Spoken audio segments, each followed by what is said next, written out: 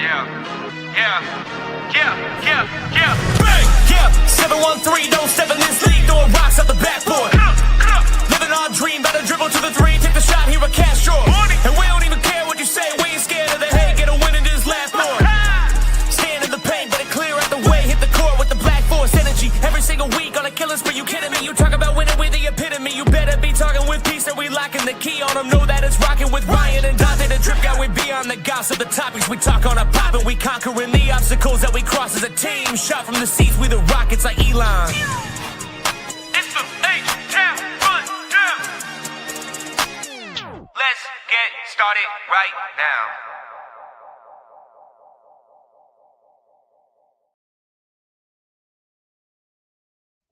Hey everybody, this is the H-Town Rundown, Houston Rockets basketball podcast.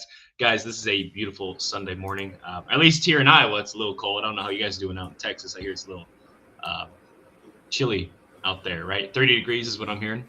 That ain't shit out here. Anyway, we're here. We're here to talk some ball. I got my boys with me, AK and Donte. AK, man, thank you for jumping on, and where can I find you? Man, you can find me on Twitter /X at AKinfinity_VVS. Also on YouTube at the Rockets Propaganda Channel, H-Town Rundown, and Rockets Round Robin. Don't be a hater your whole life. It's good to have you, my boy. It's good to have you. And Donte, it's good to have you, my guy. Good to talk some Rockets ball once again. Where can we find you? And thanks for jumping on today. Oh yeah, man. Y'all can find me at Coach Donte 5 on Instagram, Coach Donte 5 on X, and Coach Donte on TikTok. Awesome. It's good to have you, my guy. So the trio over here, Trio de Dangers. We're gonna talk about some Rockets games today. Last 4 between the Pelicans, Spurs, Philly, as well as Detroit. So that's what we got on the slate today. And then maybe talk about some all-star thoughts, reserves, starters, deserved or not. It's been a while since we were here. As far as it is last year to this year, we currently have a worse record than we did last year, but we can talk about all that later. Let's go ahead and jump into this Pelicans game first off. And I think when AK and I jumped up on here, we kind of predicted it. I said 112 for the score. You said 122, I believe. 119 as it was. Not a terrible game per se, but I believe this is a bounce-back game for Jabari. He scored 32. Let me just pull this up here. But Jabari ended up scoring 32 in this game. AK, what can you tell us about the game against the Pelicans? I thought the game against the Pelicans, again, that was a second game that we had won in a row after being on just an ugly looking little streak there. So I just was like, my whole purpose of that game was to win by any means necessary, because when you're struggling, you just want to see the ball go through the net. You just want to see a W in the win column. That's all that really mattered. And however you got it is how you got it. Just build from there, take what you can, and keep it pushing. Jabari started to look like he started to come out of his little funk. Yep. He's been playing better over the last, I want to say, like 4 or 5. But that was the highest point of the game. That was probably his best game of the season. But also, Amen Thompson, big shout out to Amen Thompson for being so consistent. He hasn't really had like an explosive game, but he had a really good game against the Pelicans. Alperen Sengun was solid too. And, KD, he had an old man game. He didn't have his best game of the season, but, he still did KD things. He wasn't as inefficient. He wasn't as efficient as he usually is. And then the bench showed up too. Reed Sheppard had a pretty decent game that game. Josh Okogie, Dorian Finney-Smith shot the ball well that game too. That's all it really was. That game was really just mostly trying to get back into rhythm after being looking so ugly the last 6 weeks before that. And we still kind of look ugly. We're still trying to come out of that now. But this game really showed me, hey, they're just trying to win by any means. And I thought it was going to be a double-digit win. It wasn't, but whatever. It counts the same. It's a win.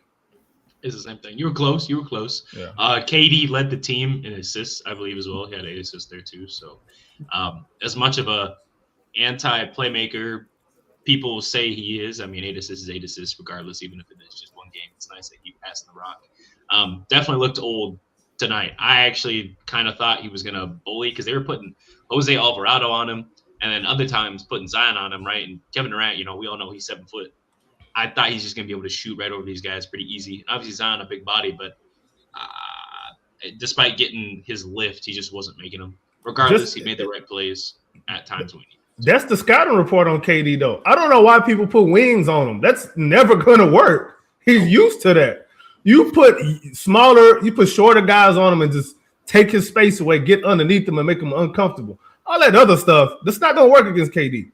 It's not. It never has. And the people that are tall enough to contest his shots, they'd be too slow anyway. He'd be coming right around, So regardless, though, a good game all around. I guess also shout out to Şengün too, 60% at 21 points. But what I'm really looking at is he had 5 steals. I credit him for 5 steals. That's really good defense, really good hands. Had some really good plays to kind of get guys open, especially when you got him and Steven Adams setting screens for it's really great. And then again, shout out Jabari for hitting 5 threes in the first half, which is his career high and a half. Just absolutely explosive. Donte, what do you have for us, sir? You know what? It's funny when AK brought up and they say, you try to, when you put a smaller defender on you think it's gonna work. Really, nothing works against KD. But again, you put a smaller defender on him, you kind of get predictable. Just same thing you do to LP. You're gonna double. You're not gonna put a smaller defender on and try to rough him up, but you still gonna double him. You still gonna try to go the coward way out and just double him, and knowing it's not gonna work. So I call that the coward way. You might well just keep the original defender on him and still do the same thing, because you're gonna do the same thing when you put a smaller defender on him and you're gonna double anyway. So what's the point of that? And you still get cooked and get 30 dropped on your head anyway, so it doesn't really matter. So that's the part I kind of really hate, when teams actually do that. Even on LP, you're gonna put a smaller defender on him, knowing you're gonna help and knowing you're gonna still help. And have somebody on the baseline and still help. And then when you have someone like Wemby and Gobert we got an all-time great defender on, and they end up getting their shit cooked one-on-one when he does go one-on-one with him. So I understand. It kind of messes with me a little bit, but I understand.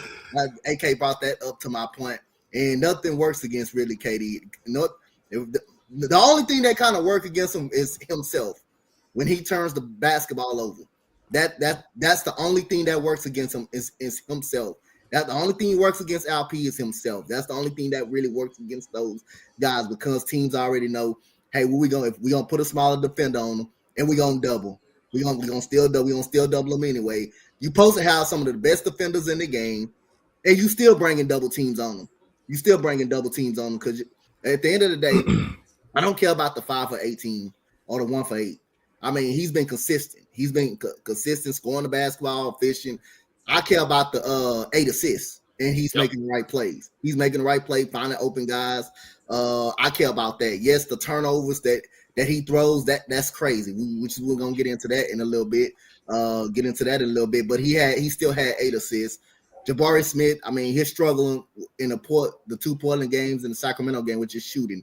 He was wide open. He was just missing shots. And he was hot the whole year. And prior to those games, he was consistent shooting the basketball really well. But you're going to run into stretches like that. He found it against Chicago when he made those 8 straight points down the stretch to help us get that win. And then the Pelicans game, he carried that on. So, his struggles was just shooting. LP had a solid game. But Amin Thompson was really good. I mean, great all-around game. Awesome all-around game. Dorian Finney-Smith, his best game of the season, by far. That's his best game of the season. Me and AK talked about that.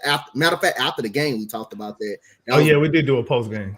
Yeah, we talked about that after the game. That was by far his best as far as, make it. He was 1 for 2 from the 3-point line. He had a big 3-point play where he drove to the rim and got an and-1. He had a big 3-point play that game. So, Reed Shepherd off the bench with 11 points. Pretty much sure we're going to be talking about him these next 2 games coming up. But other than that, it was just like AK said, you just trying to get a win. And especially, you maybe say it's against the Pelicans. It's against the Pelicans. But that's the same Pelicans team that we lost, that became from behind and beat us by 25. That's that same team. right there. And that's that same Pelicans team. You know, that's just they really have not been getting blown out. They really been competing hard all year long. It's just they've been coming up short, and then they've been injury rattled all year long, and you know they're ready to just tear the team apart. Actually, they just really rather tear the team apart. But it was a good all around team win. But AK just brought that up when they brought that up to my attention when Kevin Durant. You know they trying to put a smaller defender on it, and think that's gonna work. Well, you could keep the original defender on them, and it's still not gonna work because you still bringing double teams.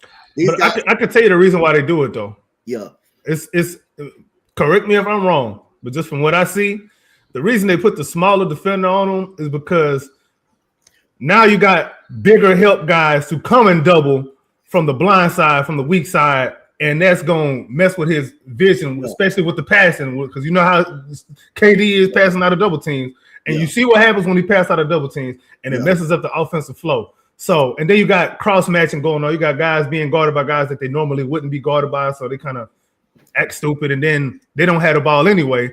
Yeah. So you trying to shrink the floor a little bit with longer guys in help position, and if you got the ball with a longer guy on you, then you got less length elsewhere to come and double. I'd rather double with a longer guy, a taller guy, than with a small person. Yeah.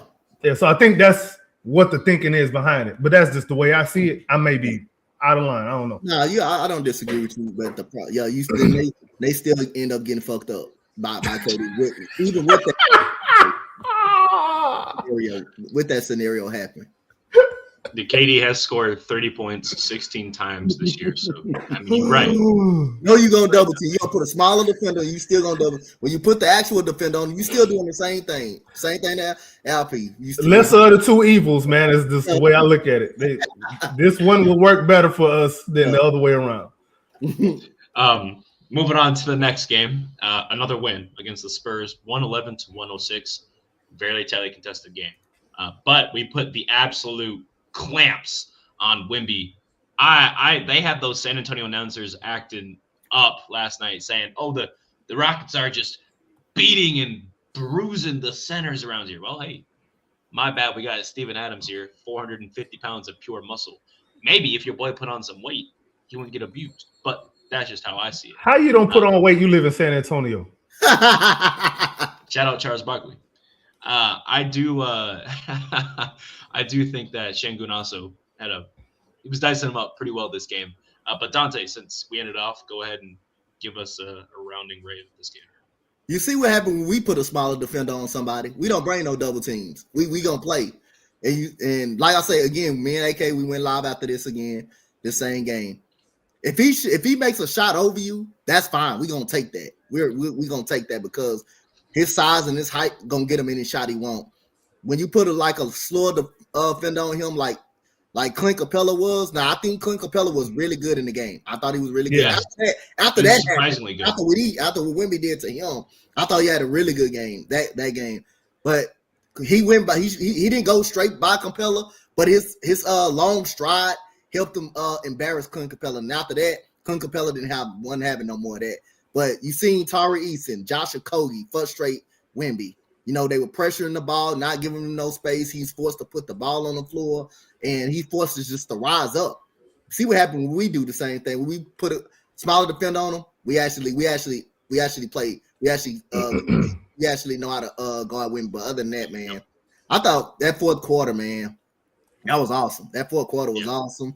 The bill after Stephon Castle made that little windmill and one on Josh Okogie, the life sucked up out of the building. And it seemed like I said, this game is over. We don't have no fight, we don't have no juice at all. The key to the game to me is like we closed out the quarter strong. Like the second quarter when we was down, we made it to a 10-point game at the halftime. The midway through the third quarter, we closed out the quarter strong. We got down by 10. And now, coming into the fourth quarter, Reed Shepherd deserved the player of the game. That fourth quarter, he was cooking. That man was cooking. I mean, it didn't matter who was on him. playing, and he played great defense on Dylan Harper. Yes, you're gonna spoil him because he's small, but he ripped Dylan Harper twice. One, the ball went out of bounds off his foot. He ends up blocking a shot. He ends up blocking De'Aaron Fox shot, blocking his shot. I thought LP had a big block on Champagne in the corner. That was a great block. Yes. That was a great block. That was probably play of the game to me. That was a great block. Dorian Finney-Smith and Kogi was on the floor. Even though Dorian Finney-Smith didn't do a lot, but his defense was very well technically sound in this game. Him and Tari Eason. And I thought we just I just thought we woo San Antonio down. Like I thought we woo San Antonio down and the Reed Shepherd happened. Him making a shot to put us up, give us the lead. And then Jabari Smith 2 jump shots, the 3-pointer that finally that put us up, and then the 2-pointer that come off the screen that finally got us with the lead. And LP pretty much sealed the victory with that hook over Luke Cornett. So I thought our defense was just really suffocating. And man, Thompson, man, me and AK talked about this after the game, man. That dude defense was suffocating. He was like, it's like when you put a bag on somebody's head and you just pull it all the way through. That's what a man Thompson defense was like. He was straight suffocating, dude. For sure, absolutely. Great breakdown, Donte. Okay, I'm looking at this and I've come to the realization that Kevin Durant took the 5th most shots in this game. I think we said that too on the post game, Coach. We had one player off the bench take the most shots in the game. You had Şengün and Jabari tie, by the way, same amount of shots made. Just didn't get no free throws. But regardless, same amount of shots made, same shots attempted. A man had the second most attempted, right? But he was great defensively, right? 16, 10, and 6, along with his overall defense. And then Kevin Durant, the shot maker, the guy you asked and brought in and traded away your shot maker for, only took 12 shots. AK, how do you feel about that, man? Obviously we won, but how do you feel about that? It goes back to what I was saying earlier about the reason why people put smaller people on KD is they want him to pass the ball and get off the ball. That's what they did to him in this game, and that's why he only took 12 shots. However, in the second half, the Rockets finally made them pay for it because they was making shots. Good Lord. Yes. Sometimes it does just come down to making shots, and the process, no matter what it is, probably, it just is what it is. Maybe the process just ain't working that night. It happens. However, against the Spurs in the second half, it started to work a little bit more than it had been previously in the game. I don't know what was going on with this team during the most of that game, bro. I don't understand what was going on. I don't know if they were sipping lean before the game and they just came out slow and just decided, okay, at halftime, we're going to drink some water, flush this lean out of our system. All right, now we're going to go hoop. That's what it looked like to me. But defensively, I think more than anything else, like we said already, defensively more than anything else is the reason why we won this game, because we was either turning them over in the second half. It was either turning them over or we was really contesting hard on everybody. And then we were being physical. We upped the physicality too. That was another thing. San Antonio started to wear down a little bit because they really not that physical of a team. No. Their physical guy, for whatever reason, ain't playing. I said Dylan Harper, not Dylan Harper. Jeremy Sohan. For whatever reason, he's not in the rotation. I'm not tripping because we don't like that Dennis Rodman wannabe anyway. but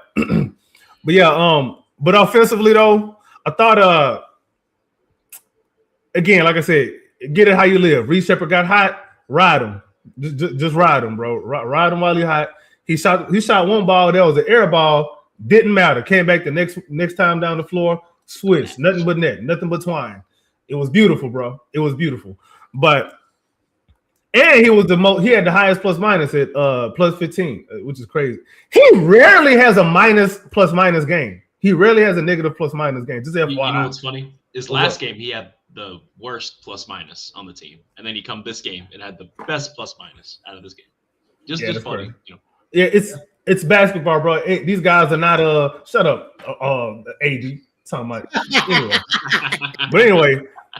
But anyway, these guys are not computers, bro. This is not a video game. There's ups and downs, bro. It happens. It happens. People go through hot streaks. They go through cold streaks. It's just how it just matters. What matters is how you how you come out of them cold streaks, and how consistent can you be after that? How long is your cold streak? Your cold streak ain't supposed to be 6 weeks, Jabari. But hey, it is what it is. Clint Capella, big shout out to him. He's been playing very well as of late. Really liking the signing. I like when he sets picks and rolls to the basket because he's a threat to roll. Because our other two centers don't really. Adams, I don't know. If you pass the ball, it's a bailout to me. And then Şengün, when he wants to roll strong, he will, and sometimes he doesn't. I don't understand it. But whatever. Like I said, at the end of the day, we won the game after struggling for as long as we have. I take it. Just win right now. For the rest of the month, win however you can. I agree. A win is a win at this point. Regardless of, we have a solid record. We're sitting top 5 in the West after falling all the way to the 6th seed and looking like we were tied with Phoenix. Phoenix had a better record than us at one point, but they dropped back down to the 7th Just seed. disgusting work, bro. So we fighting with Phoenix, the team we traded with, by the way, the team that was going to send the guy that was going to send us over. Anyway, I'm done complaining. Regardless, we having a conversation about all that, and we'll see where we are at the end of the year. But solid win, regardless. Good physicality.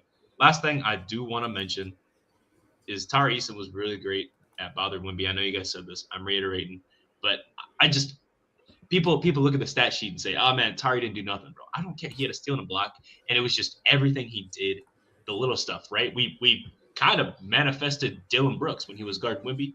That's kind of what they did with Josh Kogi and Tari, and to a degree when DFS was on him for a couple possessions. That same thing, just that shorter guy that has a bunch of tenacity and energy. And the only thing Wemby can do is either throw the ball out of bounds, pass it, or attempt to rise up. They fell into the trap. Yep. And do you know why I say that? Oh. Okay. I'm gonna go back to what I said in the last segment.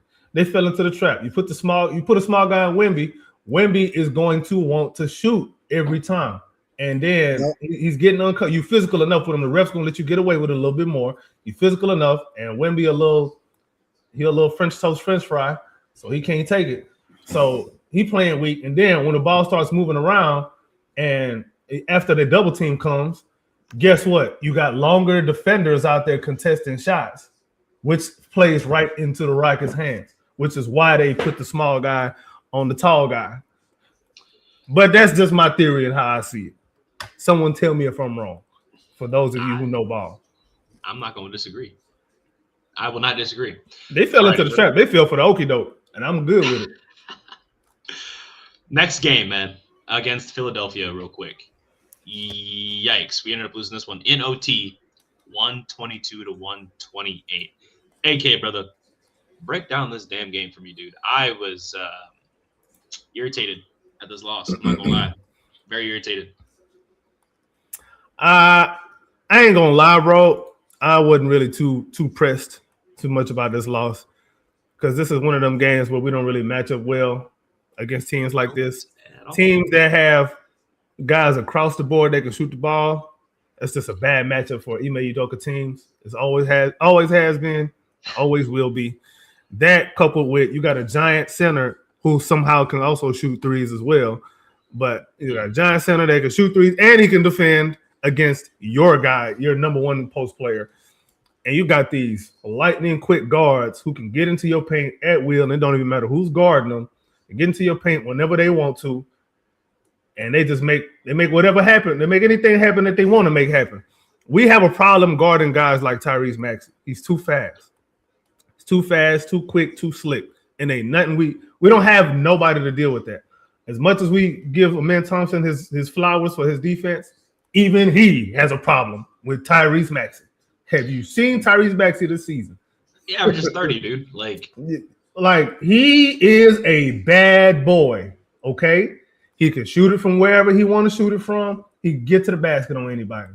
And he ain't a slouch on defense neither. Damn. Bro. He is a bad dude, man. Tyrese Maxey's a bad dude. And then Paul George, he's not the same Paul George from before, but he's playing a role right now, and that role is kind of working. Again, if he's making his shots from the outside and forcing the defense to come out and account for him. Now you got so see this is what happens now. Now when you want to double, you got to second guess your double, and that split second is all an offense needs to capitalize and make you pay for it. That's sort of what was happening in this game. Even with all of that being said, we still had a chance to win in regulation. I think was it regulation? Yeah, I think we had a chance to win in regulation. We just didn't pull it out. It just didn't happen. The shots wasn't really falling the way that they probably should have been falling. Alp and Jabari really struggled this game.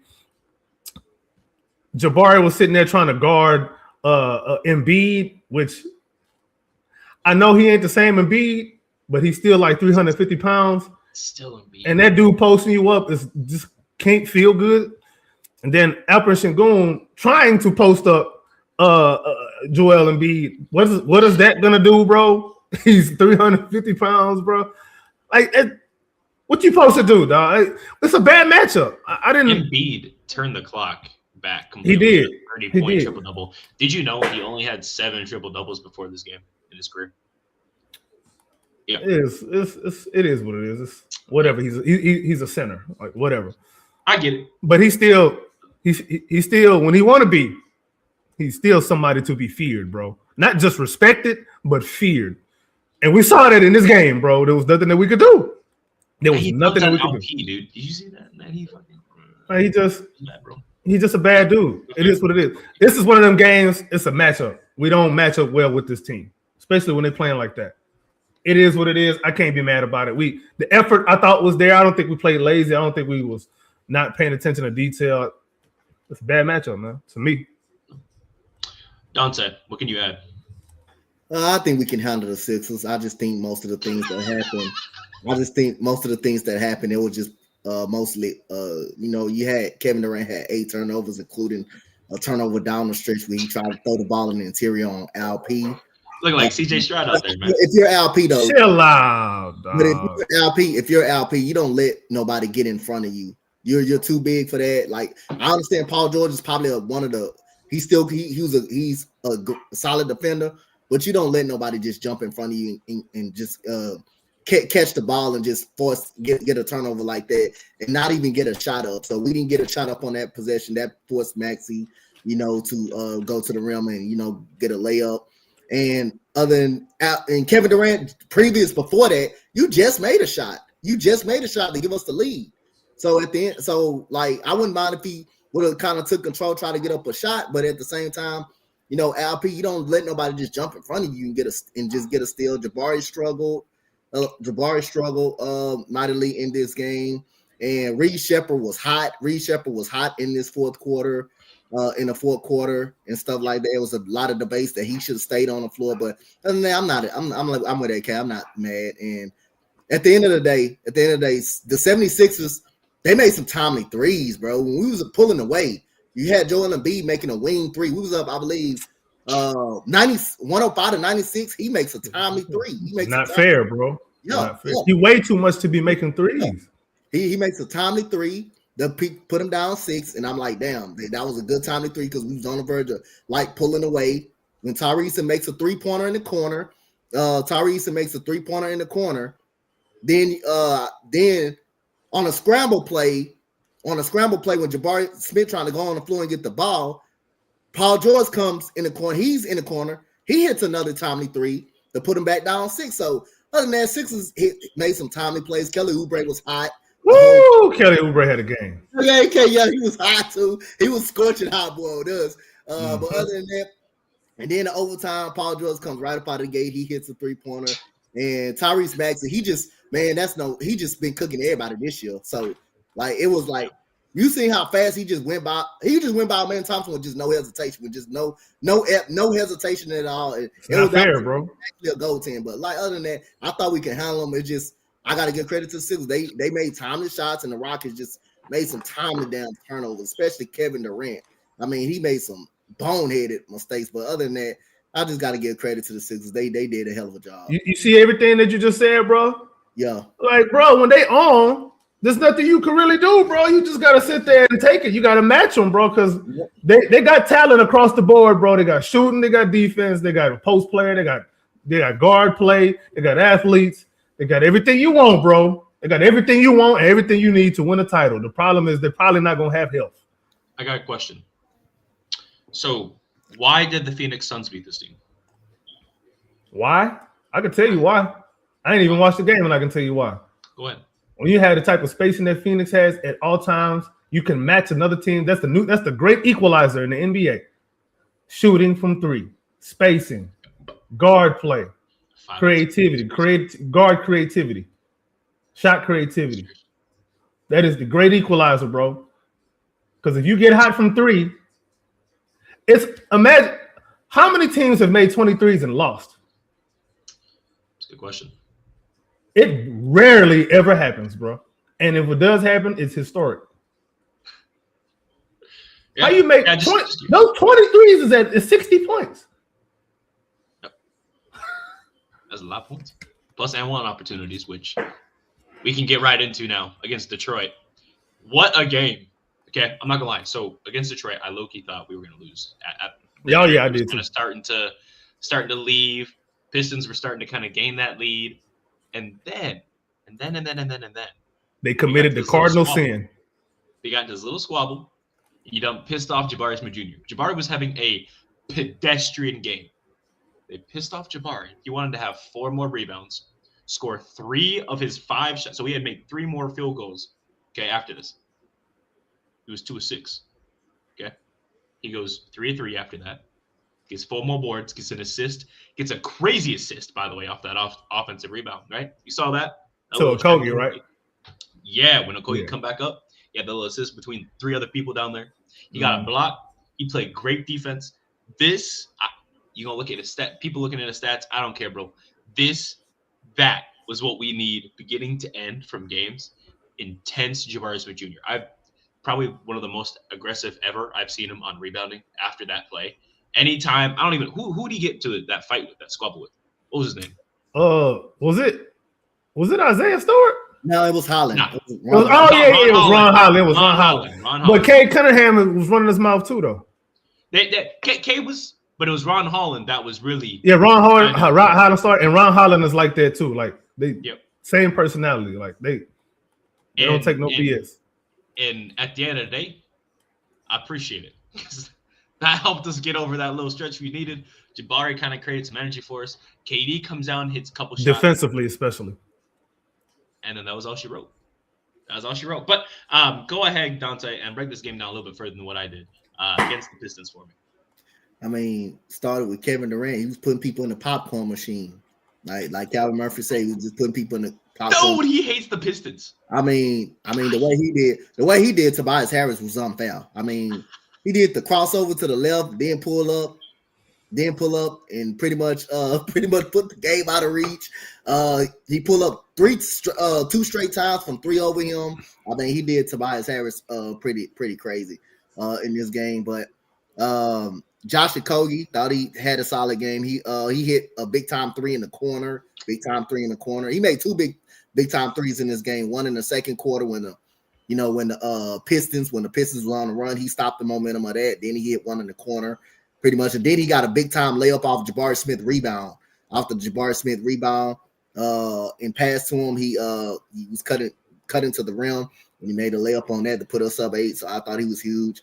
The Jayshawn Tate and Clint Capella minutes was solid. Jayshawn Tate brought some energy. He brought some energy. He even hit a big time. He hit a 3 in this game.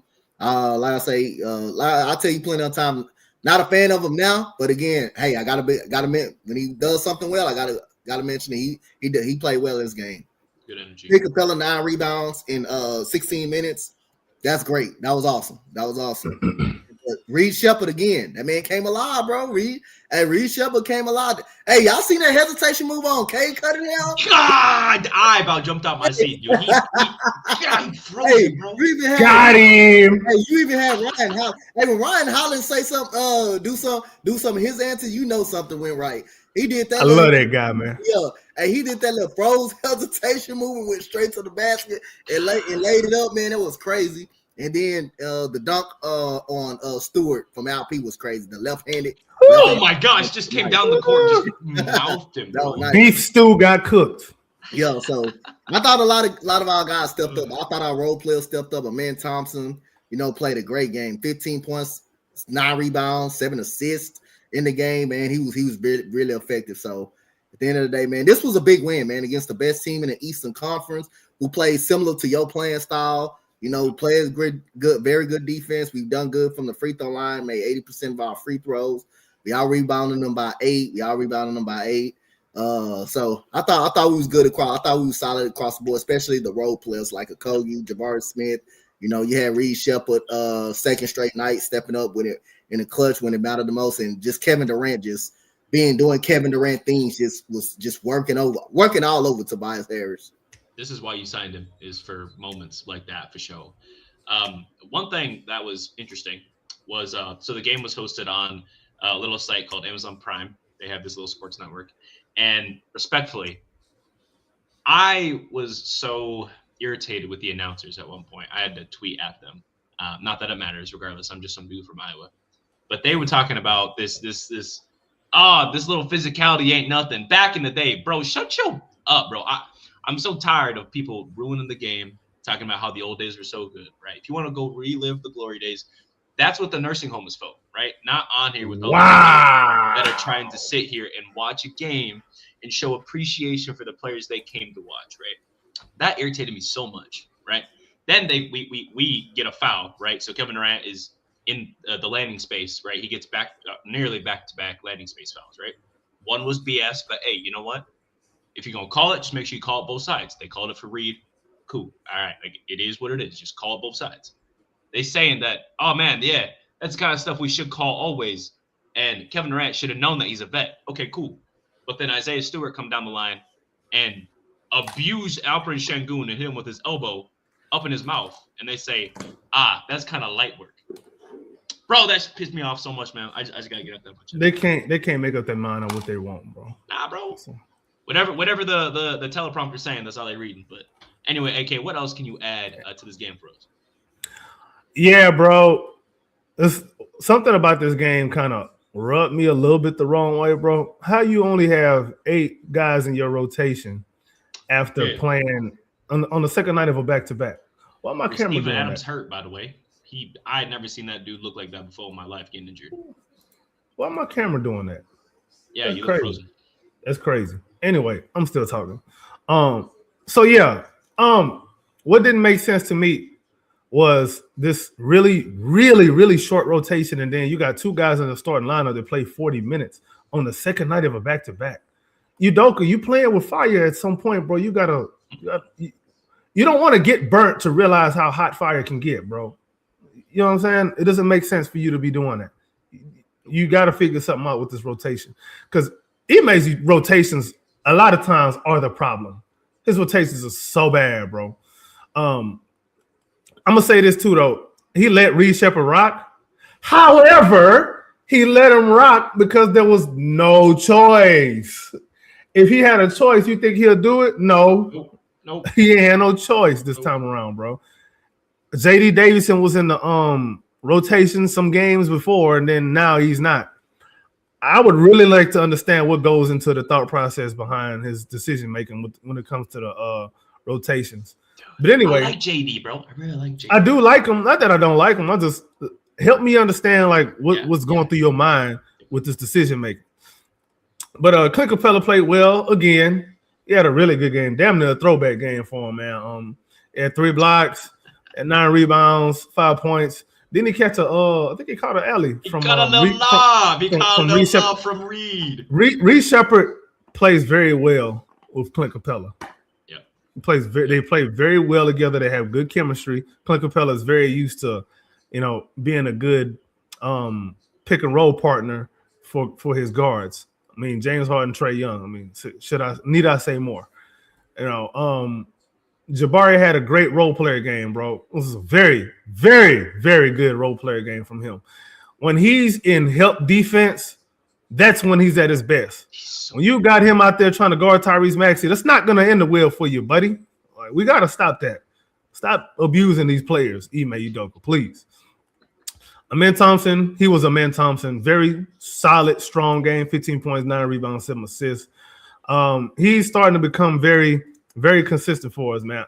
I know people want him to be, I don't know. I don't know what they want him to be. They have some kind of superstar, Hall of Fame They want him to expectations be for him. they want him to be they wanted him to be a superstar type. But like I said, I can just see him being just one of a stud, a star player, or probably just a star player at best. In an all-star, I can see him doing that. But a superstar, I can't see him being a superstar. I can always see him being around like an 18-point per game score. Yeah, and there's nothing wrong with that. But Facts, there's nothing wrong with it. Hey, Yeah. Scottie Pippen, 18 points per game for his career. right, and that's my actual comp for him is Scottie Pippen. He wasn't a superstar, but he was a star. Pippen was a star. He was. Hey, he carried the Bulls to the Eastern Conference Finals without MJ. He was a star type. He was a star player. He wasn't a superstar, but he was a star and an all-star. I think He wasn't your Thompson, your 1A yeah, player. Yeah, I see Amen Thompson the same way. A star type player that's going to make some all-star teams and make some all-defensive team. He's going to be a part of the all-defensive level. For sure. And it could be a deep boy at some point, right? Yeah. I mean, gosh dang, the way he plays defense, I understand that Wemby gets all these cool blocks, but Amen plays actual defense. Like, he actually plays defense, not just long, He uses body in really great ways, He's playing defense. He's not just there using his size. He's not the weak side help getting the block, shout out Wemby. Right. Exactly. But yeah, overall, again, man, this was a signature type of a Rockets win. It's probably my favorite game of the season because we went back to our roots. Somebody started running their mouth and talking ish, and this is really before Udoka came here. We was like that too. Don't you come running your mouth to Houston because you finna lose. We got some hard heads on this team now. Jason Tate was getting into it with somebody. Yep. Ever since that Hawks game in 22. The Rockets have been just pure crash outs. I think we've won every game but one where we've gotten a squabble. I think that was in 24 we lost. But every game we get to a squabble. Yeah, I think so. You do not lose. For sure. Yeah, no, shout out to the Pistons though. Shout out to the Pistons and what they're doing over there, man. I like how they rebuild has gone. Shout out to former Rockets interim head coach JB Bickerstaff over there. He's doing a really good job with them over there, man. Like, he got them playing real basketball, man. Sometimes they be playing a little broccoli basketball too on offense sometimes, but when you got a Cade Cunningham at the helm, calling the shots, it's going to look a little bit better than it normally would otherwise. Asar is playing well. Ron Holland playing well. They got a good bench too. They bench a lot of them players on their bench can start on other teams now. Yeah. They deep. They play hard. They play the right way. You don't really have too many complaints about when you watching them play. They don't make boneheaded plays. I'm gonna say this too. Jaden Ivey is better than what he is showing over there. He would be a lot better in another position. I'm gonna say that. Dude, what's that dude name? That came on fire in the fourth quarter. That other guard. He averaged 15 points this year off the bench. You talking about Dennis Jenkins? Yes, they can start anywhere else. They can start anywhere. They have the potential to start anywhere else. Ivy was starting last year, and then he got hurt. And I'm not gonna lie, Ivy last year looked like the two guard of the future for them, no question. He got hurt. I'm really hoping he can kind of find his way back because I'm a huge Ivy guy. I'm not gonna lie. I actually did follow his college. I was too. I watched him in college. I was a huge fan of him. Hey man, he went to my alma mater, so I'm gonna support him, bro. But hey, if they don't need shooting guards, I know a team who could possibly use one. So I'm just throwing it out there. You know what I'm saying? If you're gonna only play him 14 minutes, I mean, I know a coach that'll play him 40 minutes. That's all I'm saying. That's all I'm saying. You're talking about Steven Silas, right? Man, Steven Silas gonna F that man over, bro. Just like he did. What you call it? Everybody else. What's my guy name? Tata Washington. Just like he did them. He gonna tell Jaden Ivey go stand in the corner and let Jay Shante run this pick and roll with Christian Wood, where it ain't even a pick. Is that fake pick, man? Speaking of playing a lot of minutes, Kevin Durant attempted a screen and roll. There you go.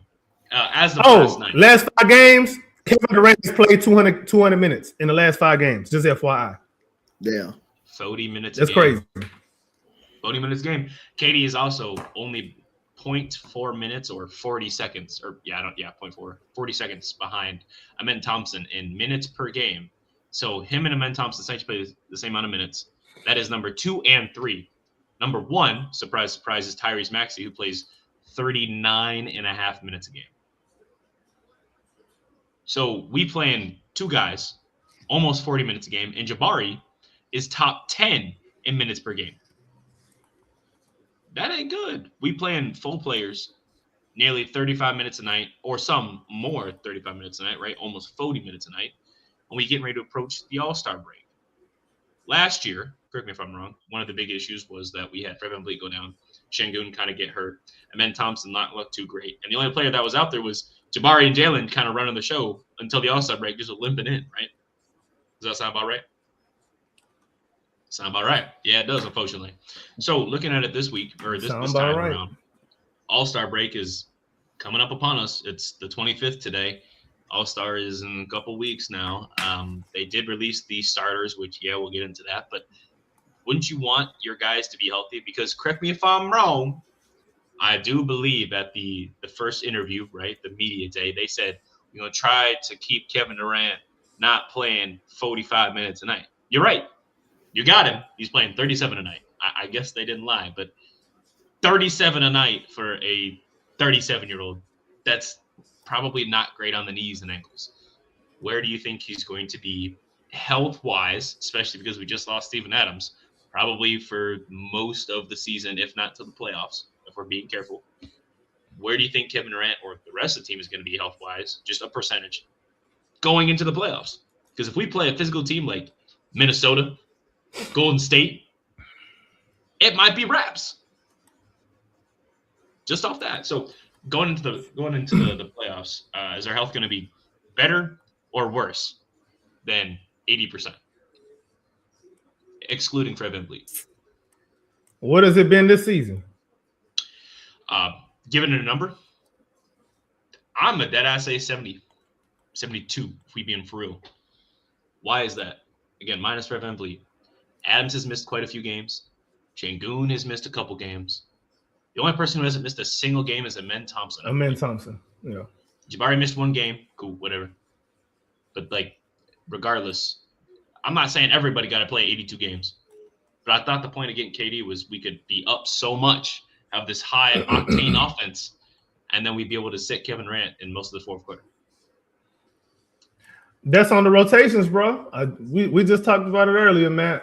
Ime Udoka got to get these rotations right. And I'm going to say some things that's probably going to get somebody – it's probably going to be controversial. People probably not going to like this. Notice who's not on the floor when we go on these runs. I'm not going to name no names. But.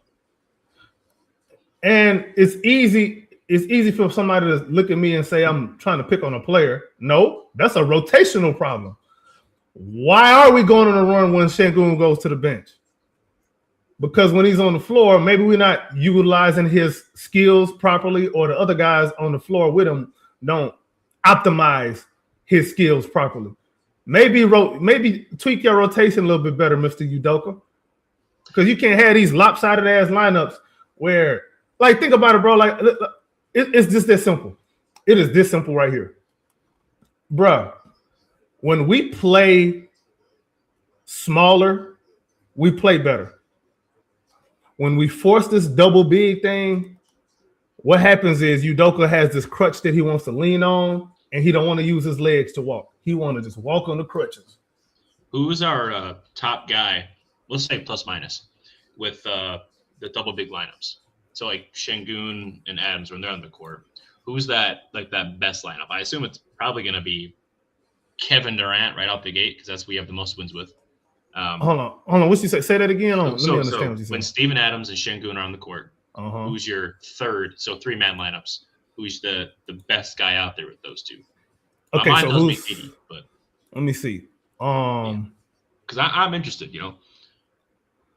Well, the best third guy with the double big is Tari Eason. Wow. How many minutes played? Then is DFS, but that's only 8 minutes. But to be fair, Tari Eason's only been 42 minutes. Okay, that's what I was looking for. Yeah. But as far as minutes, In 171 minutes, Reed Shepherd is third best. And he's coming off with the double bid. He's coming off the bench, right? He's coming off the bench. Okay, interesting. Just want to put that out there. Appreciate that. And then with KD, the double bid with KD is only plus 4.4. With Amen Thompson, it's plus 5.1. With Reed Shepherd, it's 12.2. Rotations, 12.2. Rotations is the name of the game here. When it comes to this plus minus stuff, bro, and on and off, it's the rotation, bro. That's an indictment on the rotation. It's not an indictment on one player or another. Yep. Sorry. You know, it's like having elite shooting and or being an elite threat out there makes it harder to game plan against, even when you have double big out there. Oh, and Jabari is a minus, by the way. He's minus 0.9. Wow. And with the is that also big. a product of the lineups? Yeah. Because he'd be playing the 3 when the double big, right? And why would he be playing the 3 guarding more guards and stuff, bro? Like, you see what I'm saying? And I said it earlier, bro. That's not his strength. He's Robert Covington on defense. He's very, very good help. He's probably better point of attack than Robert Covington was, but he's a help defender, bro. I liked Rocco. That's an elite call out. Yeah, he's easy to like. Okay. So all-stars. Okay. I gotta look up the starters for both sides, but KD was not named an all-star starter. How do you guys feel about that? Do you think it's deserved? Not deserved? I don't care nothing. I do not give a flying fishtail. It is baboonery to me that NBA fans just like whatever they're told to like. Yeah. I'm gonna vote for this guy because they said I need to like this guy. I don't even be watching All-Star. I don't give a crap. I just don't care, bro. I don't care about All-Star. Since Kobe retired, I stopped caring about All-Star, bro. I just don't care, and I'm not gonna care again until I have a reason to care. Is it because just don't care, bro? The All-Star whole weekend is nobody cares for a reason. They don't care neither. There you go. They be complaining about having to go to All-Star weekend. You out your mind? If the players don't care, why should I? I agree. I don't care nothing about no damn All-Star, bro. All right, cool. It'll be nice if Amen Thompson, Alperen Sengun, and Kevin Durant was all All-Stars.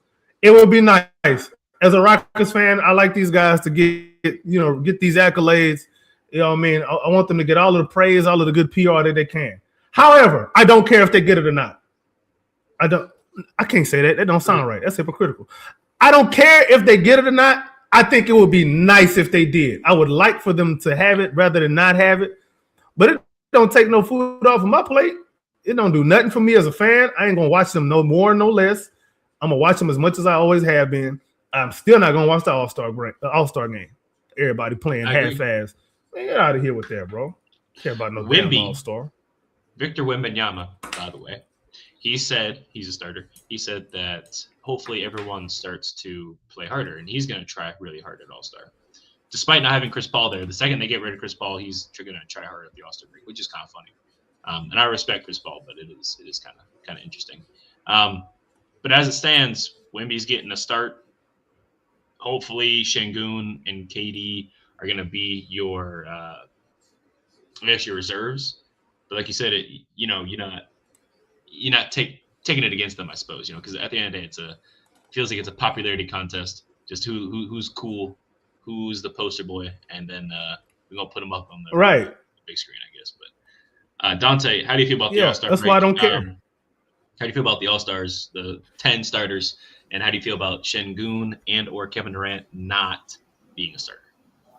I don't. Like I said again, I like the starter lineup. I'm not tripping. I wasn't tripping because I think they're gonna be named as All-Stars anyway, as a reserve anyway. So that's why I'm not really. You think so? Yeah, I think I damn sure think Kevin Durant will be. Kevin Durant will be for sure. I think it's a chance that LP get named, but if he don't, it is what it is. But other than that, I think Anthony Edwards should be a starter, bro. To be honest, I think Anthony Edwards should be a starter, bro. He should be over Curry, bro. He should be a starter. But other than that, I'm not gonna watch the game. I've been stopped watching the game for like 2 years already. No competition, no competing. The game don't really mean nothing.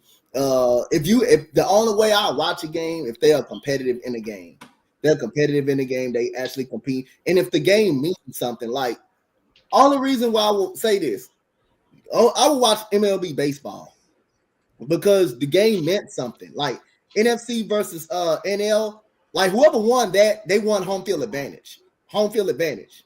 They won home field advantage. They won home field advantage. So they actually had some meaning to those type of games. I wish the NBA did the same thing. Like, get some meaning to it.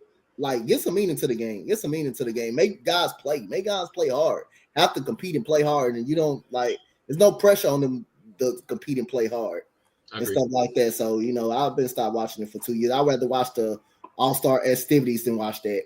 Really. Fair. Okay. Yeah. You know why they're not gonna do that though, Donte? Because I used to think the same thing. I thought the NBA should do the same thing. You know why they're not though?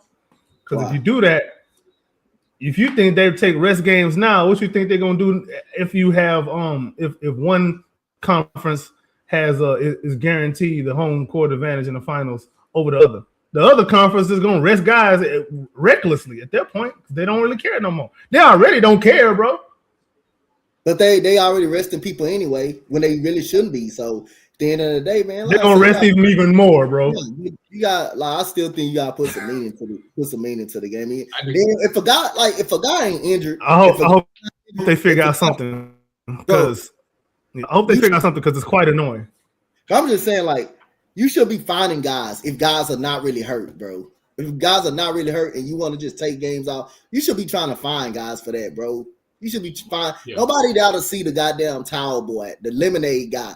Everybody if I got a free agent, a big name free agent like Kawhi Leonard, I want to see that man play. If he healthy, I want to see him on the damn court. I don't want to see no Amir Coffey on the damn court or nothing like that. That's not a starter. I want to see that man on the court. If I have Kevin Durant on my team and he's on the floor, I want to see him on the court. Unless it's at the end of the season, we got the playoffs. Now we got the playoffs, locked up and stuff. We have nothing to play for. Then we got a case. We can rest guys. We not trying to get them hurt. But come on, bro. If it's early during the season or during this time, if you got guys that's ready to go and that's out there healthy, they should be playing basketball. There's no way they should be sitting out. I don't give a damn if it's I don't give a damn if it's a back-to-back. If you're healthy, you should be on. I want to see that. I want to see that guy on the court. And I say you should be finding guys for that shit, bro. You quit when people are injured. You want to take awards away. I got a question. Yeah. I got a question, bro. What year was it that they took away guaranteeing a top 4 spot for a division winner? What year was that? Because I think a lot of this garbage started around then. That's a good question. If I'm not mistaken. And then you can have a tie. Your record can be like 40-40. You still can get a top, like a 4th seed from winning your division. Because I remember but at the same time, it was like Utah. You incentivizing winning your division. Yeah, because I remember when we played Utah, we had a better record than Utah, but they still had a top 4 seed. Remember that when we played them, they still had a top 4 seed for winning the division. Yeah, I remember that. Yeah, but I don't know. I got to go back and look at the numbers, but it kind of looks like it's coinciding from when they took that away, bro. But I got to go and look and verify. Maybe I'm just talking out of my ass cheeks. I don't know. Well, sounds right to me. Okay, I'm gonna look though. Last segment here, yeah, definitely get back. Last segment here is against the Grizzlies. I believe that's tonight. No Ja Morant, so AK's got something less to look forward to. We don't have to beat his boy tonight. He will be. It's actually tomorrow, ain't it? It's actually tomorrow. Is it tomorrow? Oh, today's Sunday, ain't it? Yeah, it is tomorrow. It is tomorrow. But as far as I know, Ja's supposed to be out. We have beaten the Grizzlies kind of handily last couple games, except for last year, January 30th. They actually beat us by 1. But otherwise, last couple games, we have kind of beaten them. We beat them this year as well by 15. Very handy win. How do you guys perceive this game going? If Jaren Jackson Jr. gets more than 5 rebounds, we're going to lose. I agree. I suppose that Santi Aldama is currently their leading rebounder, and this is going to be another return game for Jacques Landale. So we know Ryan going to be watching this game with his eyes closed when Jacques touched the court. Zach Edey out too, ain't he? Yep. Yeah, Edey out. Stay hurt, bro. Ja out. Yeah, Pippen Jr. out. That's kind of it. Ty Jerome out. So no excuses. What that sounds like. There should be no excuses. We're gonna find one. But at the end of the day, we're gonna find one. If you the Rockets, you can. This ain't the game to let goddamn Jaren Jackson Jr. to go Super Saiyan mode. This is not the game to let him go Super Saiyan mode. That's what I'm kind of worried about. But at the end of the day, just come and handle business. This is not the game to let this man go Super Saiyan mode. I agree. So, who is your defensive assignment on Jaren Jackson Jr.? He's a 4. He's 6'11". He's a 2. I'm not doing that. That's not gonna end well. I'm not gonna lie. Just kind of curious. Man, Dorian Finney-Smith, you go handle that. Tyrese, and if you playing, you go handle that. Yeah. I want Jabari in as many help situations as possible. I'm not putting Jabari on the ball because Jaren Jackson gonna have the ball. The only 3 people I'm putting on him is Eason, Finney-Smith, and Okogie. I'm putting Okogie on. I would throw. I might put KD on him. Yeah. What about a men? It depends who's running point for them at the time. I just think Okogie, Eason has a history of guarding them pretty well. In Okogie and Finney-Smith, them the only 3 guys I'm really actually gonna put on. I'm putting on them. Okay. A man probably gonna see some time on them if because, well, they got what's the name? That one young guy, that guard. Because I kind of hate when Jabari Smith be on the bed, kind of one of them best bids, because they seem to foul bait him a lot. Like Joel Embiid, every time Joel Embiid got on Joel Embiid, they foul baiting him. He getting foul baited into fouls and stuff like that. Jaren Jackson Jr. would do the same. He would do the same thing to Jabari. Jaren Jackson Jr. gonna foul too, though. Yeah, he gonna foul, but he gonna foul and stuff like that. But they always seem to foul bait Jabari, even when he played good defense. They always seem to foul bait. Lord him. Cedric Coward is who I was thinking about. My bad. Yeah, Cedric Coward. A man probably gonna be on him. But yeah, I want Alp and Jabari in help situations. I don't want them to have to deal with having to move their feet and slide them puppies and all of that. And I don't want them to have to do all that. Jaren Jackson, he gonna have the ball a lot. Yeah. He gonna have the ball a lot, bro. He is their leading scorer for players who are going to play tomorrow night. Another guy to watch out for, I think, is Jalen Wells. If he is playing, he is solid. He really is solid.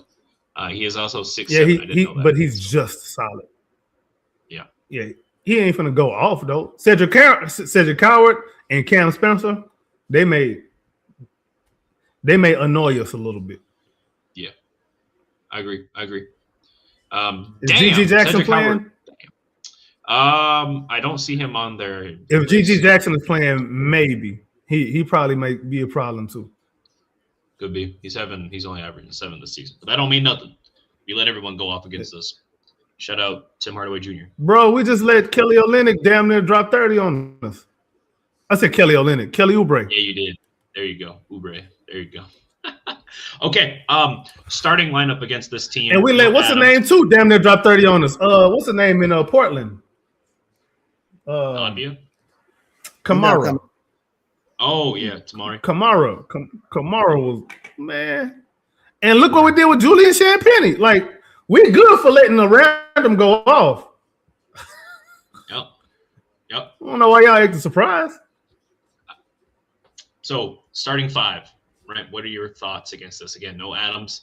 Tari Eason is, I think, a game time decision as of right now. So hopefully he plays. And then obviously he'll play. Fred. But, yeah, I think he'll play because it was a back to back. That's probably why he didn't go. Okay. So what do you think? And he should start. Starting lineup. Yeah, I agree. He should start. Yeah. Okay. So Şengün, Tari, Jabari, KD, Amen. Yeah. That should be it. Yeah. Okay. Final scores before we get out of here. Who's winning? Go ahead, Donte. You can start us off. Oh my goodness, bro. These type of games right here can put it on the outside. It does, bro. I agree. It does. I agree. But I'm gonna go. I'm gonna go 105. I'm gonna go 105 to 94. A 90s game, huh? We winning? Yeah, we winning. Okay. AK. Grizzlies put points on the board, buddy. They do. They do. I'm gonna go 118, 110, bro. Damn. Now I gotta change my answer. All right. That's fair. I like it. I think we average 116. Right? Grizzlies be putting points on the board. They may be sorry, but they do. They be doing that. But I think they got health issues too. They got health and chemistry issues, which is what they're obviously. I would know. I'd be watching them. They got health and chemistry issues. I agree. So yeah, Grizzlies average just 2 points less than we do. By the way, like 1.5 per game. So and they suck. So I think it's gonna be a high scoring game.